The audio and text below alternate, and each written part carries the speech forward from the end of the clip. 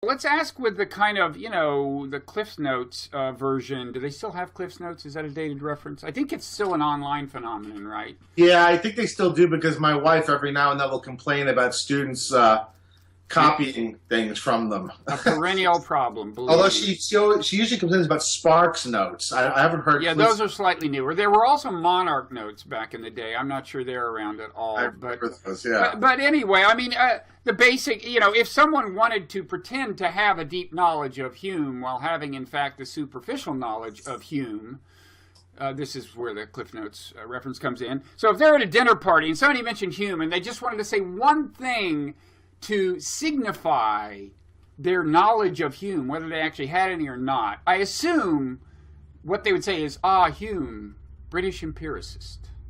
Yeah. That's the most general, is that the most general designation of his significance?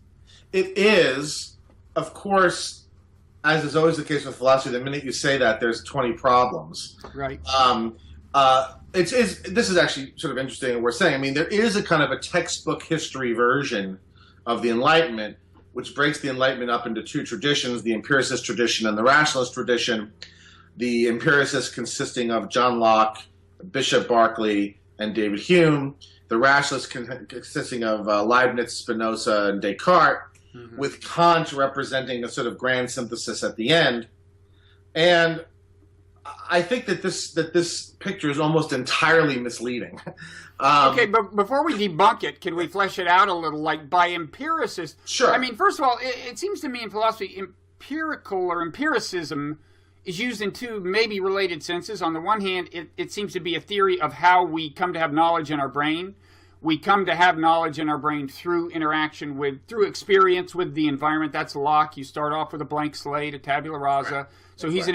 It's an empiricist theory of knowledge. Right. But then, somewhat separate from that, I think, and I believe this is a little more what Hume is about, is an insistence as a methodological matter, kind of, in philosophy, that we be, like, very clear about our claims and test them against experience. In other words, find evidence for them. There's a real emphasis on not just gathering evidence, but on the value of making the kinds of claims that are amenable to testing through evidence. Yeah, I mean, Hume is certainly a more consistent empiricist than Locke. I mean, Locke, there's all sorts of things in Locke's epistemology that are not empirically verifiable, that he never really sort of, explains how we know them. I would say, however, that if you want to know who the purest empiricists of the three are, it's Berkeley. Because most extreme. Right, because Berkeley says, look, strictly speaking, there is no evidence for anything beyond our experience, and that means there's no evidence for there being an external world distinct from our experience. And so this cup, for Berkeley, all that we can say is that it's a cup idea, right? The notion that there's a cup in the world beyond the idea is something that we can't know. And that's actually something that Hume actually shows.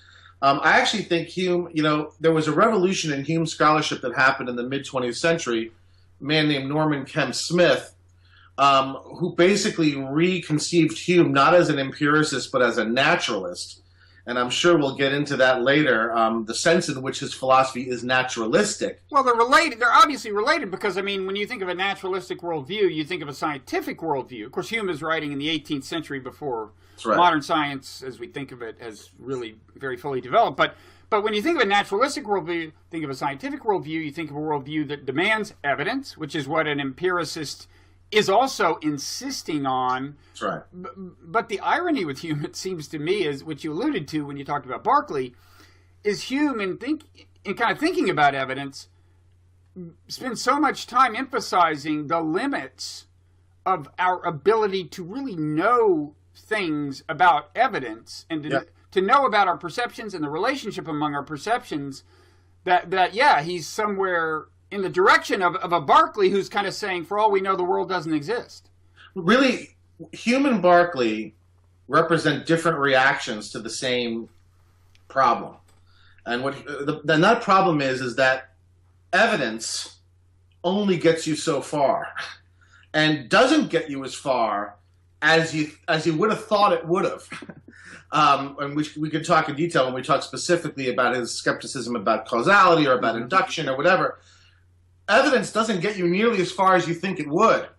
And so then the question is, well, what should our attitude be upon that beyond which the evidence goes? And Berkeley's reaction is very strict. You know, we say nothing about it. We can't commit to it. Hume's answer is a lot more subtle. And he's a naturalist in the sense that he thinks that beyond a certain point, we can't give justifications for the beliefs we hold. All we can do is give psychological accounts of why we hold them.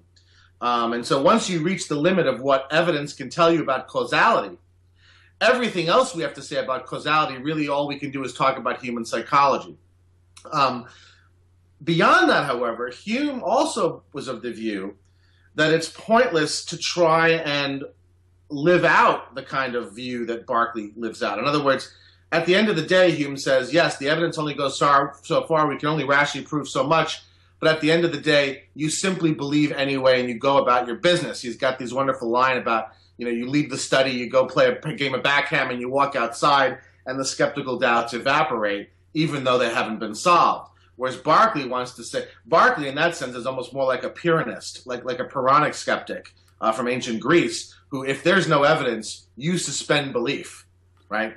Hume says this is in violation of our nature. We don't live like this. Of course, you don't have to believe. And by the way, one interesting kind of connection to recent popular philosophical discourse. There's a lot of talk about us being in a simulation, right? These days. Elon Musk says he's pretty sure this is not base reality. We're in a simulation. He's pretty sure. Well, he says he's overwhelming. He says, I think Elon Musk said he thinks the chances that we're in base reality, as opposed to being a simulation created by somebody who either is themselves in a simulation or is in base reality, is like 1 in a billion. He's sure.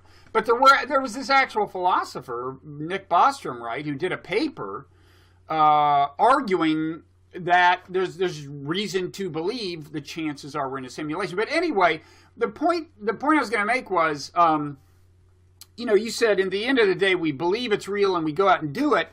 But, in a certain sense, what is it? You don't have to believe it's real to go out and do it, because what is the practical difference between reality existing and it not existing? Or, to put it in terms of simulation, what's the difference between us being in a simulation and us not?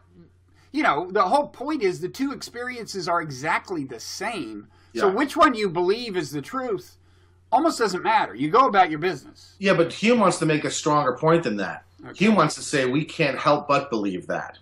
In other words, that's the whole point of the psychological account that he gives. Right.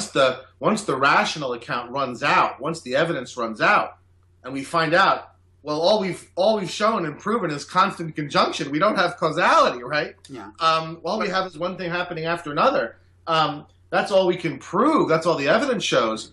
Hume thinks that we are by nature designed to believe, to go beyond that. And the same thing with the existence of the external world. So it may not matter as a theoretical point. It may make no difference to your behavior whether this is a cup idea or whether it's actually a cup. But Hume thinks nature has designed us to think it's a cup. Right. Not a cup idea. He thinks that is artificial, not sustainable. And later philosophers who pick up from Hume's tradition, especially in the Scottish naturalist tradition, I'm thinking specifically of Thomas Reid, make a lot of hay of this idea that it's really not possible to believe that things don't really exist outside of our minds. Yeah. And so Hume would want to say that Berkeley may say he thinks that, but that he doesn't really, and that he couldn't.